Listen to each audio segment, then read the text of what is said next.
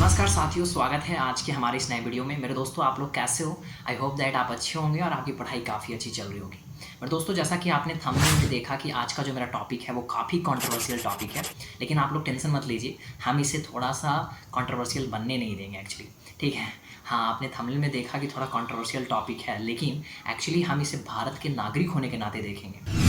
Friends, आज इस controversial topic को समझना भी उतना ही ज़रूरी है क्योंकि ये हमारे राइट्स के लिए बहुत इंपॉर्टेंट है मेरे दोस्तों। मैंने अभी कुछ दिन पहले इन सारी चीज़ों को पढ़ा है, बहुत सारे आर्टिकल्स को पढ़ा है, तब जाकर ये वीडियो बनाने के लायक मैं हो पाया हूँ। तो मेरे दोस्तों, मैं आप लोगों से उम्मीद करूँगा कि पूरी वीडियो को देखिएगा ताकि आप समझ सकें कि आखिर ये मामला क्या है। मेरे दोस्तों, आज का जो मेरे वीडियो का थीम है वो केजरीवाल के जेल और उसके बाद बेल और फिर उसके बाद इस्तीफा और आतिशी जी का बनना मुख्यमंत्री, इन सभी चीज़ों को बेस बनाकर आज मैं इस वीडियो को बनाने वाला हूँ। आप लोगों को लग रहा होगा कि ये तो एक घटनाक्रम है, लेकिन ये घटनाक्रम नहीं है मेरे दोस्तों, इसमें बहुत कुछ छुपा हुआ है और आपको समझना बहुत ज़रूरी है। अगर आपने अभी तक कुछ नहीं जाना है तो ये वीडियो आपके लिए बहुत इंपॉर्टेंट है और आप इसे सिर्फ यूपीएससी एस्पायरेंट होने के नाते वीडियो को मत देखिएगा, बल्कि एक भारत का नागरिक होने के नाते भी वीडियो देखिएगा और समझने की कोशिश कीजिएगा कि आपके राइट्स के साथ क्या हो रहा है और क्या आपके राइट्स के लिए मतलब जो मिलना चाहिए आपको राइट्स, आर्टिकल 12 से लेकर आर्टिकल 35 तक जिस चीज़ की चर्चा की गई आपकी फंडामेंटल राइट्स के बारे में, क्या वो आपके देश में अभी मौजूद है, इस चीज़ को समझना आपके लिए बहुत ज़रूरी है दोस्तों। तो चलिए शुरू करते हैं आज के इस वीडियो को। तो दोस्तों, वीडियो की शुरुआत करने से पहले एनसीआरबी की डेटा 2020 के बारे में बताता हूँ, जिसमें ये रिपोर्ट में कहा गया है कि भारत में टोटली 5 लाख कैदी किसी न किसी जेल में बंद है मेरे दोस्तों। और उसमें से पता है 68% जो कैदी है ना, वो बिल्कुल विचाराधीन कैदी हैं। सोचिए, जिनको सिर्फ शक के आधार पर गिरफ्तार किया गया। जरा सोचिए दोस्तों, 5 लाख में 3.5 लाख व्यक्ति यदि सिर्फ शक के आधार पर गिरफ्तार हो रखे हैं, तो इसका मतलब है कि हमारे देश के पुलिस अधिकारी अच्छे से काम नहीं कर रहे, तभी तो सिर्फ बिना प्रूफ के आधार पर उन्हें गिरफ्तार किया गया। ठीक है, आपको निवारक नज़रबंदी के तहत गिरफ्तार करने का अधिकार है, तो इसका मतलब ये नहीं है कि आप उसका उल्लंघन करने लगेंगे। फिर आर्टिकल 22 हमारा कहाँ गया, है ना? इस चीज़ को ध्यान में नहीं रखा जा रहा है मेरे दोस्तों, इसलिए पुलिस रिफॉर्म्स होना चाहिए। फ्रेंड, जैसा कि आप जानते हो कि 21 मार्च 2024 को दिल्ली के मुख्यमंत्री अरविंद केजरीवाल जी को गिरफ्तार किया जाता है। उसके बाद 20 जून 2024 को उन्हें ईडी के मामले में बेल दी जाती है, लेकिन उसी 20 जून 2024 को सीबीआई पुनः उन्हें बिना समन जारी किए हुए गिरफ्तार कर लेती है। और उसके बाद 13 सितंबर 2024 को अरविंद केजरीवाल जी को 6 टर्म्स एंड कंडीशन के साथ बेल दे दी जाती है। लेकिन फ्रेंड्स, उसके बाद 17 सितंबर को अरविंद केजरीवाल इस्तीफा देते हैं और आतिशी जी मुख्यमंत्री बनते हैं। इस सारी घटनाक्रम आपको एक घटनाक्रम लग रही होगी, लेकिन मेरे दोस्तों, यहाँ पर बहुत कुछ समझना है। सबसे पहले तो ये कि जमानत और बेल का ये कॉन्सेप्ट क्या है, क्यों आज बेल लेना इतना डिफ़िकल्ट हो गया है, और जब मनी लॉन्ड्रिंग का केस प्रूफ ही नहीं हो रहा है तो फिर गिरफ्तारी क्यों की गई थी केजरीवाल जी को, क्यों 6 महीने 5 महीने उसके टाइम को वेस्ट किया गया। फ्रेंड्स, अब सवाल ये उठता है कि किसी राज्य के मुख्यमंत्री को आप 5 महीने जेल में बंद रखते हो सिर्फ इसलिए कि वो घोटाला किया है। चलिए ठीक है, घोटाला किया है, लेकिन 5 महीने में भी ईडी ये प्रूफ नहीं कर पाई कि वो घोटाला किए या ना किए। देखिए मेरे दोस्तों, मैं आपसे स्पष्ट रूप से कहता हूँ, मेरा कोई रिलेशन ना केजरीवाल से है और ना किसी बीजेपी पार्टी वाले से है। ठीक है, मैं भारत के एक नागरिक होने के नाते मैं ये वीडियो बना रहा हूँ, ठीक है, और मैं अपने राइट्स के लिए, मान लीजिए मैं उस जगह पे मैं ही होता तो क्या मेरे साथ भी 5 महीने 6 महीने इसी तरीके के टाइम वेस्ट किए जाते मेरे साथ? ये बिल्कुल गलत है मेरे दोस्तों। ये किसी भी देश के नागरिकों के मौलिक अधिकार का बहुत बड़ा हनन है मेरे दोस्तों। और आपको बता दें, अमेरिका और ना जाने फ्रांस, ब्रिटेन, ऐसे बहुत सारे देश हैं जो डेवलप कंट्री हैं, वो भी ऐसे टर्म्स एंड कंडीशन नहीं लगाते हैं मेरे दोस्तों, ऐसे कानून नहीं बनाते हैं। इसके पीछे का रीज़न क्या है यह मैं आपको समझाऊंगा, लेकिन अभी थोड़ी सी बुराइयाँ कर लेते हैं। ये बुरी घटना है मेरे दोस्तों, बहुत बुरी घटना है और मैं इसका कभी सपोर्ट नहीं कर सकता हूँ, इसीलिए मैं आज वीडियो बना रहा हूँ। वीडियो को पूरा देखिएगा क्योंकि अभी मैं बताने वाला हूँ कि आखिर अरविंद केजरीवाल जी को क्यों गिरफ्तार किया गया था और बेल लेने में उनको क्यों लेट हुई, और आखिर बेल मिली भी तो कुछ टर्म्स एंड कंडीशन के साथ। जिस फ्रेंड्स, आज का जो सवाल ये है कि अरविंद केजरीवाल जी को बहुत पहले ही बेल मिल जानी चाहिए थी और मिली भी तो लेट से, तो टर्म्स एंड कंडीशन के साथ। ये कितनी बुरी घटना है दोस्तों। यहाँ पे मैं सुप्रीम कोर्ट के भी डिसीजन का खंडन कर रहा हूँ, क्योंकि उन्हें इस तरीके के टर्म्स एंड कंडीशन नहीं लगाने चाहिए थे। टर्म्स एंड कंडीशन का प्रावधान है, लेकिन इतना खतरनाक नहीं। दूसरी चीज़ मैं आपके साथ शेयर करना चाहूँगा कि मैं क्यों कह रहा हूँ कि इन्हें पहले ही मिल जाना चाहिए था। मेरे दोस्तों, सीआरपीसी 167 कहता है ऐसे जमानत के लिए हमारे संविधान में कोई डायरेक्ट प्रावधान नहीं है, इसीलिए मैं कहता हूँ कि जमानत के लिए, बेल के लिए एक लॉ होना चाहिए हमारे संविधान में। लेकिन मेरे दोस्तों नहीं है, सीआरपीसी में इसका प्रावधान है जिसमें अपराधी यानी कि क्रिमिनल को डिफाइंड किया जाता है। मेरे दोस्तों, मैं आपको बता दूं कि जो सीआरपीसी का 167 है धारा, उसमें कहा गया है कि प्रत्येक नागरिक को बेल लेने की अधिकार है, यानी कि जमानत प्राप्त करना प्रत्येक नागरिक का क्या है, अधिकार है। सीआरपीसी 167 जो अब बीएनएसएस में चला गया होगा, क्योंकि मोदी जी सरकार ने तो भाई चेंज ही कर दिया सीआरपीसी और आईपीसी ये सब धाराएं। लेकिन आप देख लीजिएगा कि बीएनएसएस में कहाँ गया है ये जमानत वाली जो सीआरपीसी 167 वाली थी, ठीक है। लेकिन सीआरपीसी 167 मुझे याद है उसके अकॉर्डिंग ये बताया गया है कि जमानत प्राप्त करना प्रत्येक नागरिक का अधिकार है। तो मेरे दोस्तों ये तो होना चाहिए था, और वो भी जमानत प्राप्त करने के लिए 90 दिन के अंदर फ्रेंड्स मेरे दोस्तों, यानी कि पुलिस अधिकारियों को, ईडी को, सीबीआई को 90 दिन का अंदर ट्रायल पूरा करना होता है। फ्रेंड्स सीआरपीसी की धारा 167 कहती है कि यदि 90 दिन के अंदर ट्रायल पूरा नहीं होता है तो प्रत्येक व्यक्ति को दिया जाएगा बेल। लेकिन 90 दिन के पार हो गया मेरे दोस्तों, उसके बावजूद भी अरविंद केजरीवाल जी को बेल नहीं मिला था। पीछे एक कानून काम कर रही थी और वो था पीएमएलए एक्ट 2002। लेकिन 2002 में कोई गड़बड़ी नहीं थी, उसमें संशोधन किया गया 2018 में, यानी 2018 मेरे दोस्तों वो संशोधन किया था। उसमें नए एक प्रावधान जोड़ दिया गया, सेक्शन 45।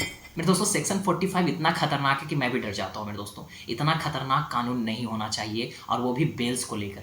मैं बताता हूँ, जस्टिस वी.आर. कृष्ण अय्यर कहते हैं कि जमानत प्राप्त करना प्रत्येक व्यक्ति का अधिकार है और जेल में डालना एक अपवाद है फ्रेंड्स। लेकिन आज उल्टा हो चुका है। आज क्या हुआ है कि आज जेल में डालना एक अधिकार बन चुका है और जमानत प्राप्त करना एक अपवाद बन गया है मेरे दोस्तों। ये कभी भी अच्छा नहीं हो सकता मेरे दोस्तों। कोई भी डेवलप कंट्री में इतना खतरनाक कॉन्सेप्ट नहीं डाला गया है मेरे दोस्तों। मैं 2018 पीएमएलए एक्ट का संशोधन और खास करके सेक्शन 45 का पूरा विरोध करता हूँ, और इसके लिए मुझे जहाँ जाना पड़े मैं जा सकता हूँ मेरे दोस्तों। मुझे बहुत बुरा लगता है सेक्शन 45, ये बिल्कुल ख़राब है। इस तरीके से किसी व्यक्ति के अधिकार का हनन नहीं होना चाहिए मेरे दोस्तों। इससे 20 आर्टिकल्स बाधित होते हैं, इससे 21 आर्टिकल्स बाधित होते हैं, 19 आर्टिकल्स बाधित होता है। और इससे फ्रेंड्स अब मैं आपको बताता हूँ कि पीएमएलए एक्ट 2018 में जो रिफॉर्म्स किए गए हैं उसमें सेक्शन 45 में क्या लिखा हुआ है मेरे दोस्तों। उसमें 2 प्रावधान लिखे गए हैं। पहला क्या है, पहला लिखा गया है कि यदि व्यक्ति दोबारा वो अपराध करने के लिए चेष्टा करता है या खुद न्यायाधीश को ऐसा लगता है कि नहीं ये दोबारा उसी अपराध को करेगा, तो मेरे दोस्तों उसको बेल नहीं दिया जाएगा, यानी बेल न देने के लिए प्रावधान उसमें है। और दूसरा क्या प्रावधान है मेरे दोस्तों, दूसरा प्रावधान ये है कि व्यक्ति ये सिद्ध पूर्ण रूप से करे कि वो दोषपूर्ण नहीं है। मेरे दोस्तों ये कैसे करेगा? पहले वाले से मुझे कोई नुकसान नहीं है, चलिए ठीक है। अगर न्यायाधीश को लगेगा कि ये दोबारा कर सकता है तो भैया चलो, वो तो क्रिमिनल वाले केस में हो जाते हैं कि चलो न्यायाधीश को लगा कि ये दोबारा वही क्राइम कर देगा तो हम इसे बेल नहीं देंगे। लेकिन यहाँ पे दूसरे वाले प्रावधान पे आइए, जिसमें कहता है कि आरोपी को खुद ही सिद्ध करना पड़ेगा कि वो दोषपूर्ण है कि नहीं। जब तक वो व्यक्ति खुद ही दोष मुक्त नहीं सिद्ध कर देता, खुद जब तक अच्छे तरीके से दोष मुक्त की पूरी प्रावधान पता नहीं लग जाएगी, तब तक बेल नहीं दी जाएगी मेरे दोस्तों। ये बिल्कुल ख़राब है। कैसे सिद्ध करेगा कोई व्यक्ति? मुझे ही गिरफ्तार कर लिया जाएगा सिर्फ शक के आधार पर कि चलिए आपने ये क्राइम किया है, आप घोटाला किए हैं, आप बची किए हैं, तो प्रूफ कीजिए, है ना। प्रूफ नहीं कर रहे तो वही कह रहे हैं कि सिद्ध कीजिए, तो भैया हम कहाँ से सिद्ध करें बताइए? कितना मुश्किल है फ्रेंड्स। ये बहुत बुरी है, मैं इसका कभी सपोर्ट नहीं कर सकता, और इसी प्रावधान को हटना चाहिए मेरे दोस्तों। एक बेल रिफॉर्म्स होना चाहिए अच्छा, और एक कानून बनना चाहिए, संसद में कानून बनाना चाहिए मेरे दोस्तों, जिसे हम बनाकर संसद में खड़ा किए हैं। अगर वही हमारे राइट्स को कम करने लगे तो फिर किस लिए आप गए हो, है ना। हमारे फंडामेंटल राइट्स का ही आप उल्लंघन कर रहे हो, तो फिर आप किस लिए वहाँ पे गए हो? किस लिए हम आपको बना के खड़ा किए? दोस्तों 2018 के पीएमएलए एक्ट संशोधन को बदलने के लिए एक केस होता है, जिस केस का नाम था विजय मदन लाल चौधरी केस 2021। लेकिन मेरे दोस्तों सुप्रीम कोर्ट ने ये मौका गवा दिया, और उसमें निर्णय क्या देता है कि नहीं, पीएमएलए एक्ट 2018 में जो संशोधन किया गया है वो सही है। मेरे दोस्तों कैसे सही हो सकता है? पता है मेरे दोस्तों, ईडी के मामले में एफआईआर दर्ज नहीं होती है, बल्कि ईसीआईआर दर्ज होती है, और उसकी कॉपी आरोपी को नहीं दी जाती है। यहाँ पर देखिए मेरे दोस्तों, अपने ही विरुद्ध गवाही देने के लिए बाध्य किया जा रहा है मेरे दोस्तों। और क्या कहता है 20 क्लॉज 3 भारतीय संविधान का अनुच्छेद 20 क्लॉज 3 क्या कहता है फ्रेंड्स? यही कहता है ना कि अपने ही विरुद्ध गवाही नहीं दे सकते हैं। फिर यहाँ पे कैसे दिया जा रहा है फ्रेंड्स? मेनका गांधी केस में सुप्रीम कोर्ट ने निर्णय दिया था कि जो कानून होना चाहिए वो बिल्कुल उचित प्रक्रिया के द्वारा होना चाहिए, विधि द्वारा स्थापित प्रक्रिया के माध्यम से होना चाहिए, और जो कानून होगा वो बिल्कुल नेचुरल जस्टिस के अनुसार होना चाहिए मेरे दोस्तों।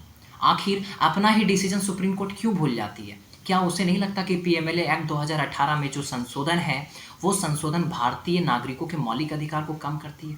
जमानत प्राप्त करना प्रत्येक व्यक्ति का अधिकार है मेरे दोस्तों, और यही वी.आर. कृष्ण अय्यर जो रह चुके हैं न्यायाधीश मेरे दोस्तों, चीफ जस्टिस रह चुके हैं, और उन्होंने ये बात कहा है कि bail is a rule and jail is an exception. पर दोस्तों जब उनकी बातें यही है कि जमानत एक नियम है एवं जेल में डालना एक अपवाद है, तो फिर आखिर सुप्रीम कोर्ट वो अपने ही डिसीजन क्यों भूल जाती है। और फ्रेंड्स आप जान गए होंगे कि भारतीय संविधान को कैसे यहाँ पे बिल्कुल कमज़ोर किया जा रहा है मेरे दोस्तों, और मैं उन लोगों को याद दिला देना चाहता हूँ कि हमारा भारतीय संविधान कभी कमज़ोर नहीं हो सकता। 1973 का केशवानंद भारती केस मत भूलिए मेरे दोस्तों, जिसमें कहा गया था संविधान समय के साथ बदलता रहेगा, संशोधित होते रहेगा आर्टिकल 368 के अकॉर्डिंग, लेकिन भारतीय संविधान का मूल ढांचा कभी समाप्त नहीं हो सकता, उसे कभी ख़त्म नहीं किया जा सकता मेरे दोस्तों। और भारतीय नागरिकों के टोटली फंडामेंटल राइट्स मूल ढांचा के अकॉर्डिंग आता है मेरे दोस्तों। और यहाँ पे आर्टिकल 20, आर्टिकल 21 और आर्टिकल 19 का उल्लंघन हो रहा है। और जब आर्टिकल 21 का उल्लंघन होता है मेरे दोस्तों तो ऑटोमेटिक आर्टिकल 14 का उल्लंघन होता है, समानता का अधिकार का उल्लंघन होता है। और मेरे दोस्तों मैं इसे कभी समाप्त नहीं होने दूंगा, और इसके लिए आप लोग भी सवाल उठाइए। ट्विटर है मेरे दोस्तों, ट्रेंडिंग पे चलाइए, कोई फर्क नहीं पड़ता है मेरे दोस्तों। हम अपने राइट्स के लिए लड़ेंगे, और जब तक लड़ेंगे जब तक हम भारत के नागरिक हैं मेरे दोस्तों, जब तक हमारी जान नहीं चली जाएगी हम लड़ते रहेंगे। और वीडियो बनाने में मुझे डर नहीं लगता मेरे दोस्तों। हो सकता है कि बहुत सारे बीजेपी लोग इसी वीडियो को अलग अलग तरीके से कमेंट करेंगे। मुझे दोस्तों अभी बहुत मेरा छोटा चैनल है और मैं बहुत बड़ी बातें कर दिया हूँ, लेकिन कोई बात नहीं, मुझे डर नहीं है फ्रेंड्स। मैं कहूँगा, खुल के कहूँगा, मैं अपने राइट्स के लिए लड़ूंगा और हमेशा लड़ूंगा। ये सिर्फ अरविंद केजरीवाल का मामला नहीं था, ये प्रत्येक नागरिक का मामला था। हो सकता है कल हम भी उसी मामले में फंस सकते हैं और वो हमारे राइट्स को कम या समाप्त कर सकती है। हम आर्टिकल 13 को कैसे भूल सकते हैं मेरे दोस्तों, जिसमें संसद को अधिकार नहीं है कि वो मौलिक अधिकार को कम या समाप्त कर सकती है। संसद ऐसा कानून नहीं बना सकती है जो मौलिक अधिकार को कम या समाप्त कर सकती है। आखिर सुप्रीम कोर्ट ये कैसे भूल सकती है मेरे दोस्तों, और यही भूल जा रही है। मुझे समझ नहीं आ रहा है कि आखिर क्या करूं। हो सकता है तो मैं भी अब सुप्रीम कोर्ट में जल्दी जाऊंगा और ऐसे ऐसे कानून के खिलाफ मैं आवाज़ उठाऊंगा फ्रेंड्स, जरूर उठाऊंगा। आप लोगों के सपोर्ट से होगा, तो चैनल को सब्सक्राइब कीजिए, वीडियो को लाइक कीजिए और शेयर कीजिए फ्रेंड्स। जरूर हम आपका सपोर्ट ही हमें सफल बना सकता है फ्रेंड्स। हम 2047 तक विकसित बनने का सपना देखते हैं। कभी कभी सोचा कीजिए मेरे दोस्तों कि जिस देश में भारतीय लोगों के, भारतीय नागरिकों के राइट्स ही नहीं होंगे, वो देश कैसे 2047 तक विकसित होगा। सिर्फ एक इसमें कारण जिम्मेदार नहीं है मेरे दोस्तों, मैं तो बहुत कुछ यहाँ पे गिना सकता हूँ। पॉवर्टी, अनएम्प्लॉयमेंट, मेरे दोस्तों बहुत कुछ है। भुखमरी की समस्या में भारत की रैंकिंग आप जानती होंगे कितना है, 111वां रैंक है फ्रेंड्स। इस पर भी वीडियो हम बहुत जल्द बनाने वाले हैं।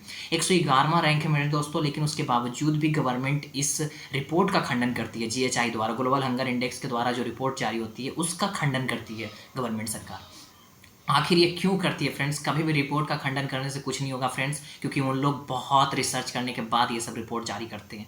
और कुछ अच्छा रिपोर्ट आएगा ना ग्लोबल वाली, तो बहुत अच्छे से एक्सेप्ट कर लेंगे। लेकिन यही देखिए, कुछ खराब रिपोर्ट आती हैं तो इनको बुरा लगेगा। तो इसी के साथ वीडियो को करते हैं एंड। और आप लोगों से छोटा सा रिक्वेस्ट है कि आप लोग भी अपने राइट्स को समझिए, पढ़िए, समझिए, भारतीय संविधान को पढ़िए। बहुत पावर है फ्रेंड्स, हम ही नेताओं को चुनते हैं। और इसके साथ आप अपनी पढ़ाई करते रहिएगा। धन्यवाद, मिलते हैं कभी और, जब तक के लिए थैंक यू वेरी मच।